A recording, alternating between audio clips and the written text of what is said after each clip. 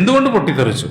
പൊട്ടിത്തെറിച്ചിട്ട് എങ്ങനെ ഇത്ര കൃത്യമായിട്ട് ഈ പ്രപഞ്ചം, ഈ കൃത്യത ഇതെങ്ങനെ ഉണ്ടായി? ഭൂമി നിങ്ങൾക്ക് വിരിപ്പാക്കി തന്ന റബ്ബിനെ ആരാധിക്കണം എന്നാണ്. വിരിപ്പാണ് എല്ലാ മനുഷ്യന്മാർക്ക് വേണ്ടതൊക്കെ ഉള്ളൊരു ഭൂമിയാണ്. സൂര്യനിൽ നിന്ന് ഭൂമി പൊട്ടിത്തെറിച്ചുണ്ടായെങ്കിൽ അതൊക്കെ ഖുർആനും പറയുന്നുണ്ട്.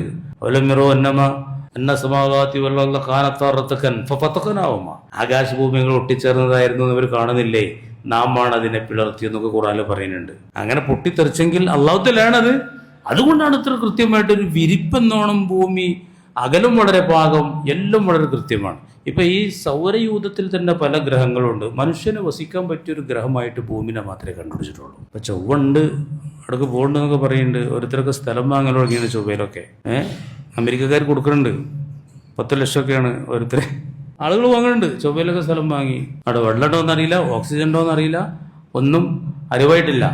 ഇവിടെ എല്ലാം ഉണ്ട്, മനുഷ്യന്മാർക്ക് വേണ്ട എല്ലാം ഈ ഭൂമിയിൽ അല്ലാഹു സുബ്ഹാനഹു വ തആല ഒരുക്കി വെച്ചിട്ടുണ്ട്. എന്തല്ലാത്ത ഇന്ന ഫീ ഖൽഖിസ് സമാവാതി വൽ അർദി വഖ്തിലാഫ്. ചിന്തിക്കണം. ആകാശഭൂമിയുടെ സൃഷ്ടിയിലും രാപ്പകലുകൾ മാറി വരുന്നതിലും ദൃഷ്ടാന്തങ്ങളുണ്ട്, ആയാത്തുകളുണ്ട്. ലി ഉലിൽ അൽബാബി, ബുദ്ധിയുള്ള ആളുകൾ. ബഹുമാനപ്പെട്ട ഷെയ്ഖ് അബൂ സുലൈമാനു ദാറാനി എന്ന മഹാൻ പറഞ്ഞത് ഇങ്ങനെയാണ്: ഞാൻ എന്റെ പെരയിന്ന് പുറത്ത് കണ്ടിറങ്ങിയാൽ എന്ത് കണ്ടാലും അതിലൊക്കെ അല്ലാഹു തആലക്ക് ഒരു മിന്നത്തുണ്ടെന്നും എനിക്കൊരു ഇബ്റത്തുണ്ടെന്നും കാണാത്ത ഒന്നുമില്ല. പെരയിന്ന് പള്ളിക്കൊക്കെ ഇറങ്ങിയ പള്ളിയിലെത്തുമ്പോഴത്തേന് ഈമാൻ കൂടിയിട്ടുണ്ടാവും. എന്ത് കണ്ടാലും കാണുന്നതിലൊക്കെ അല്ലാഹു തആലക്ക് ഒരു മിന്നത്ത്, അല്ലാഹു തആലക്ക് ഒരു മിന്നത്ത് പറഞ്ഞാൽ മലയാളം പറയുമ്പോൾ നമ്മൾ പറഞ്ഞ വാക്കാണ് മിന്നത്ത്. നമ്മൾ ഒരു കടപ്പാട് അള്ളാഹിനോട്, നമുക്ക് അള്ളാഹിന്റെ ഒരു ഔദാര്യം നമുക്ക് അതിലുണ്ടാവും.